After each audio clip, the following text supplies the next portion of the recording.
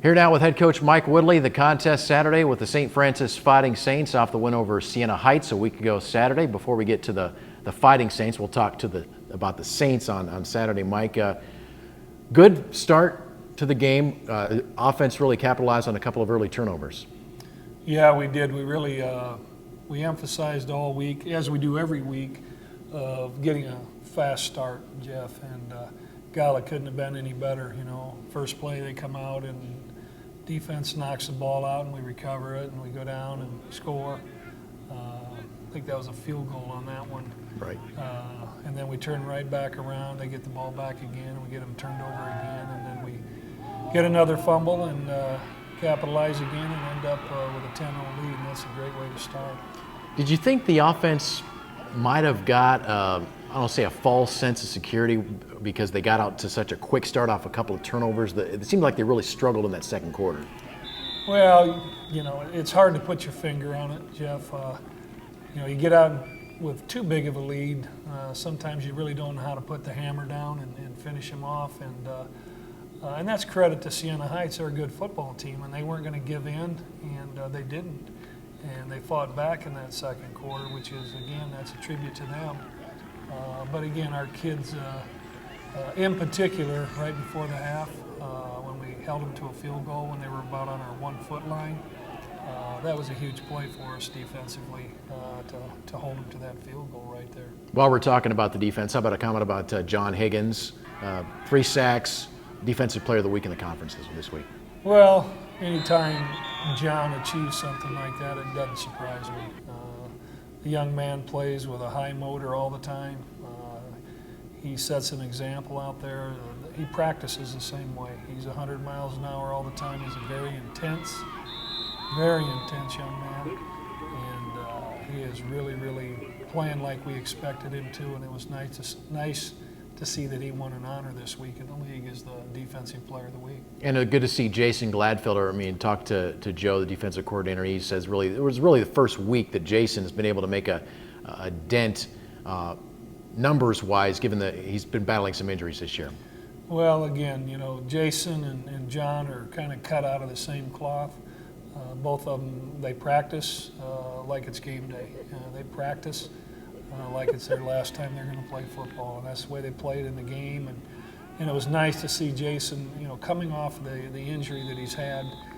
It's just one of those prolonged injuries that has stayed with him all year. He's still not 100%, but he really looked like it on Saturday. I mean, he made play after play after play, and he just as easily could have been probably the Defensive Player of the Week because he was very productive. How about Austin James too? Austin's been banged up a little bit. Austin got in there and got a couple of sacks too. Well, you know, with OJ, so glad to see him back and contributing again. And you know, he's come off an ACL injury, which is tough to come off of, in particular when you're a defensive lineman, because you're a nose guard and you got centers and guards scoop doubling off on you and cutting you at the knees all the time. So I was very, very concerned about how he would handle that, and he's handling it very well. And he's not quite back to where that top level that he was at last year, but he's darn close. And now that we got he and Cody in there at nose, we can keep them in there fresh and rotate them. And it's going to do nothing but strengthen our defense with having OJ back. While we're talking about injuries, any other injuries coming out of the game on Saturday? Well, we're our safety, Terrell Lloyd, pulled his hamstring a little bit, and that's going to be a day-by-day thing. And he has been a fast healer. So to say he wouldn't play Saturday against St. Francis, I'm not going to say that yet. But we hope we have him back. But if we don't, then it's just like all of our other injuries we've had. Somebody's going to have to step up and take his place. Offensively speaking, how do you think it went between the two quarterbacks? Oh, it's just what we want it. We've got Dorian in there that can run it, and as I've said all along, Derek can run the ball too. He's a good runner, and and it's kind of been a good deal. Two-headed quarterbacks, so they got to prepare for both of them. One that's a little bit better passer, even though Dorian threw the ball really extremely well, especially on that smash route that he threw the touchdown pass to Davion Hurst. And then he threw another deep ball that Brady couldn't quite hang on to that was right on the money. So, if you think Dorian's only going to be in there to run it, I think we've made it known that Dorian can throw the football too. I really like the play call, first play from scrimmage off their turnover when Derek went deep to Brady on the 36-yarder. Well, that was, they had seen something prior to that, and it was a double move deal, and that's what Brady is really good at. And it was like a little stutter and go, stop and go, and then then it's up to the quarterback to put it on the money, and Derek put it right on the money, and it was great. Okay, let's talk St. Francis of Illinois now. The Fighting Saints. I guess the number one target to try to stop is E.J. White, their quarterback. 300 yards of total offense, about 240 in the air, and he actually leads the team in rushing yards per game too. Well, Jeff, he was the offensive player of the year last year in our league as a sophomore. He's an outstanding quarterback. He's a very accurate thrower. He's got a number of wide receivers to throw it to, and they're smart enough as a coaching staff to get the ball to those receivers. And EJ's good enough to get him the ball. And then the other thing, he's very uncanny.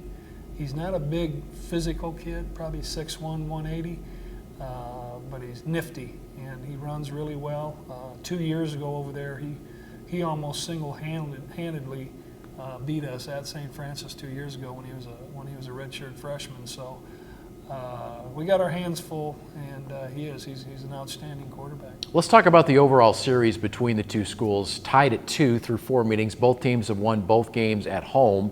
It's really incredible how the conference opponents have developed into really close series. You talk about St. Ambrose, you talk about William Penn.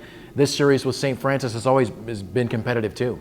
Well, I think it's the nature of our league, Jeff. I mean, you saw Waldorf, the week after we beat Waldorf 51-0, they turned around and beat Olivet Nazarene something like in the 60s. Yeah, it was 63, 64 or something like that. Yeah. And again, and you try to warn your kids. Sometimes kids, they try to read between the lines and think, we're going to win this game. You're not going to roll your helmet out, and you're not going to win a football game unless you're totally prepared mentally to go out there and attack every single play like you do, regardless of who your opponent is. Mm-hmm. And our kids I think we've been able to figure that out. Talking about these close games, well, you take the top 4 teams in the league since we've been in the league have always been William Penn, St. Francis, Illinois, St. Ambrose, and then ourselves. And then prior to that, McKendree was in the mix. But every one of those games comes down to one play here or there that's going to prove to be the difference. So as you impress upon your players that every single play counts, whether it's a kickoff return, it's an extra point, you're protecting for an extra point, your one block on a punt return or kickoff return, collectively, all those little things, when you make mistakes, can get you beat.